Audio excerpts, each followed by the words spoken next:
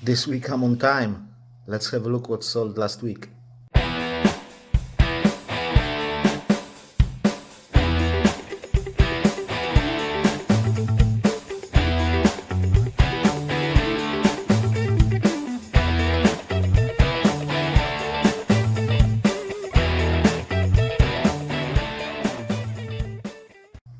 Hello again, ladies and gentlemen, and welcome back to the channel.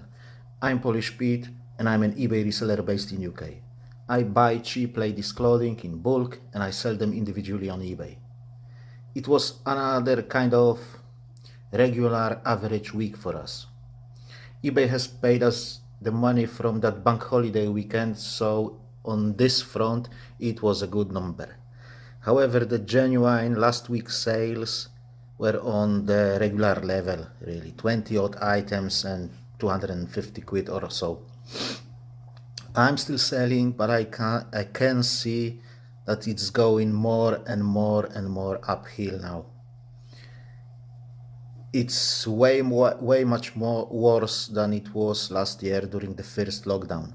According to that highly inaccurate eBay graph, I'm about 60% down year on year. But remember guys, this graph only shows two of your best categories that you sell in. For me, it's ladies' dresses and ladies' tops. So there is no trousers, jeans, skirts, shorts, shoes, jackets, and all that stuff, and I sell that stuff. So if you look at this graph, remember about that, keep that in mind, that it doesn't show you everything that you sell.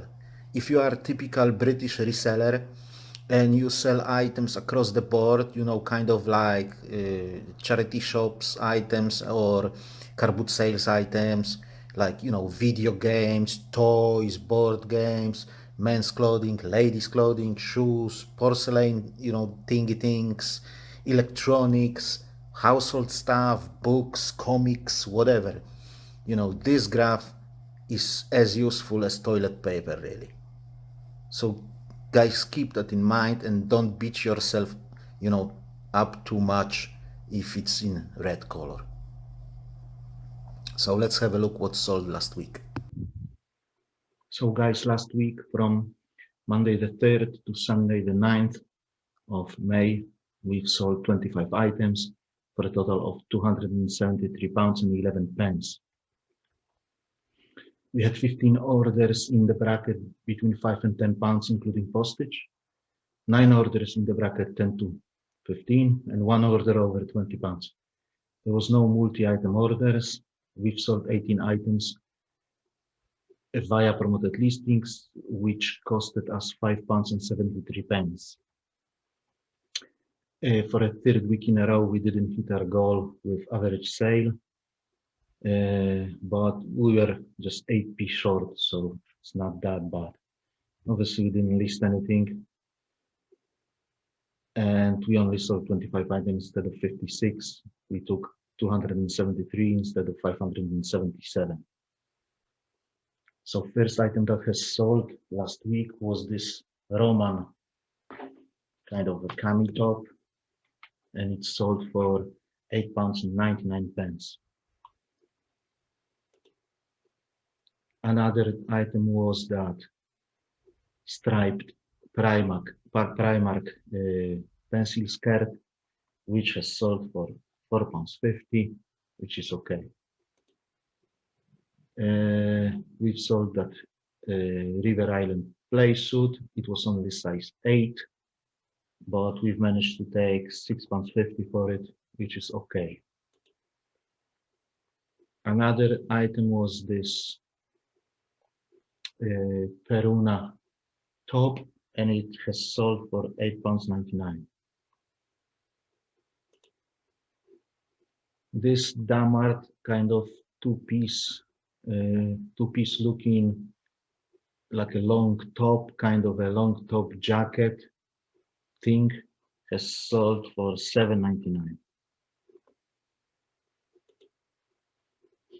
This Agenda, whatever this brand is, I don't know it. I've never seen it before, or maybe I've seen it, but maybe once or twice.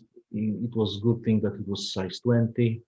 Size 20 always good, and bigger than that, sizes bigger than that as well. We took £8.99 for it. This Primark T-shirt top has sold for £3. This vintage LAG top has sold for £3.50, and we had it forever. This M&Co T-shirt has sold for £4.50.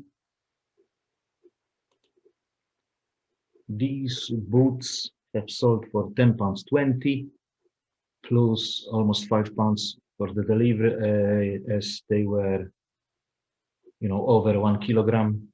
So happy to see them gone, because summer is coming, winter has finished, so I would have to wait till the next winter to sell them anyway. So I took £10.20, and we had them on for, I believe, £14.99 or £12.99. I'm not too sure, to be honest. This Michael Gold vintage shirt has sold for £8.40, and again we had it forever. It was listed in 2019. This Dunes T-shirt has sold for £4, which is a good price. That's similar to Primark prices. So yeah, and it was only plain T-shirt and only size 12. So happy to see it gone for £1, to be honest. And again, we had it since 2019. This kind of a denim jacket by M&S has sold for £12.50. These Arista workwear trousers in navy blue have sold for full price £5.99. This monsoon T-shirt has sold for £8. We had it on for £9.99.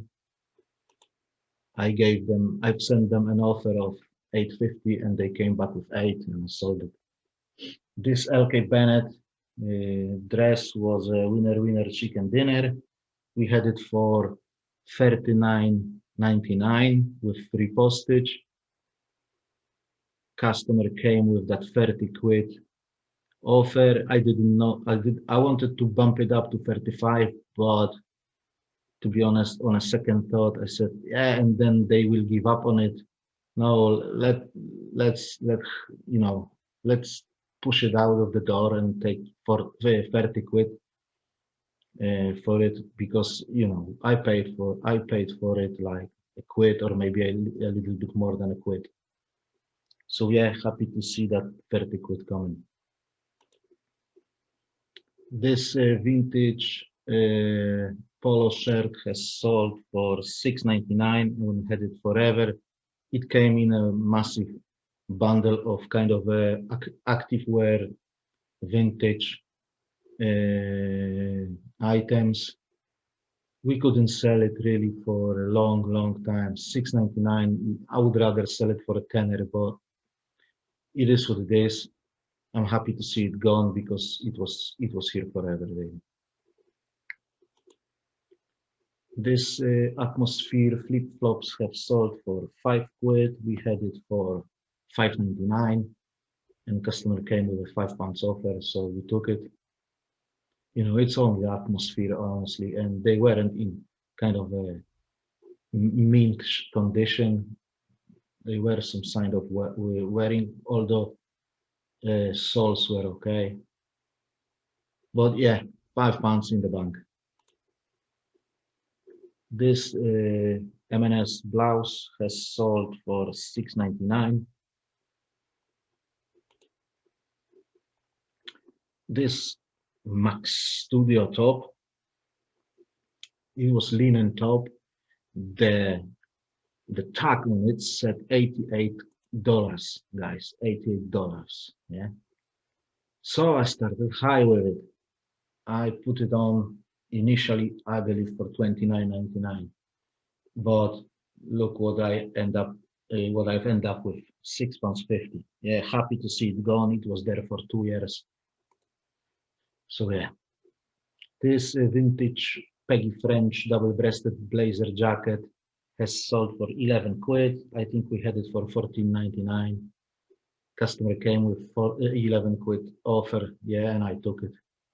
I basically try to push everything out now, really, because every single item on my eBay is at least 6 months old. So there is no point really to wait for that, top-notch price. If it's a couple of quid less, yeah, have it and yeah, and give me the money. This Shrook has sold for £4.50, and I'm happy to see it gone because, like I've said, summer is coming, so I would have to wait till the next winter to sell it. So yeah, happy to see it gone.